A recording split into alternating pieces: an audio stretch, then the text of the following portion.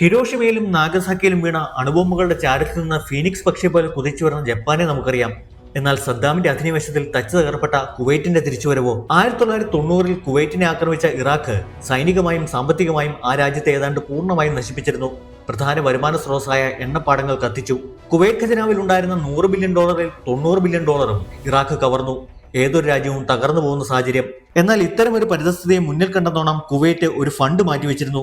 Kuwait investment authority എന്ന സ്ഥാപനത്തിലൂടെ അവർ എണ്ണയിൽ നിന്നുള്ള വരുമാനത്തിന്റെ വലിയൊരു ഭാഗം US അടക്കമുള്ള വിദേശ രാജ്യങ്ങളിൽ നിക്ഷേപിച്ചിരുന്നു. ഇറാഖിന്റെ അധിനിവേശ കാലത്ത് ലണ്ടനിലിരുന്ന് ഒരു സംഘം കുവൈറ്റ് ഉദ്യോഗസ്ഥർ ഈ ഫണ്ടുകളെ നിയന്ത്രിച്ചു. യുദ്ധത്തിന് പിന്നാലെ ഇറാഖിന്റെ സമ്പദ്വ്യവസ്ഥ മാന്ദ്യത്തിലായി. UN ഉപരോധം വന്നതോടെ എണ്ണ വിൽപ്പന ദുഷ്കരമായി. സദ്ദാം ഭരണകൂടത്തിന് മുകളിൽ കടം കുമിഞ്ഞുകൂടി. എന്നാൽ കുവൈറ്റിന്റെ വിദേശ നിക്ഷേപം ഇക്കാലത്ത് പല മടങ്ങായി വർദ്ധിച്ചു. കണക്കുകളിലേക്ക് നോക്കിയാൽ 1991-ൽ കുവൈറ്റ് ഖജനാവിൽ യുദ്ധശേഷം മിച്ചമായത് $10 ബില്യൺ മാത്രമാണ്. എന്നാൽ ഇന്ന് $900 ബില്യൺ സോവറിൻ വെൽത്ത് ഫണ്ടാണ് കുവൈറ്റിനുള്ളത്. ലോകത്തെ തന്നെ ഏറ്റവും വലിയ സോവറിൻ വെൽത്ത് ഫണ്ട്. നാളിതുവരെ ഭാവിയെ കരുതിയുള്ള ഈ ഫണ്ടിൽ നിന്ന് $1 പോലും കുവൈറ്റ് പിൻവലിച്ചിട്ടില്ല.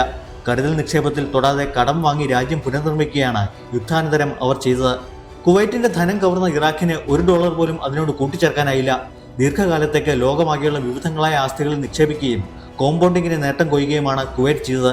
യുദ്ധകാലത്തും ആ നിക്ഷേപത്തിൽ തൊടാതെ അവർ നിക്ഷേപ അച്ചടക്കം പുലർത്തി. നിക്ഷേപകർക്ക് ഇത്തരത്തിൽ ഒരു ശരിയായ മാതൃകയാണ് കുവൈറ്റ്.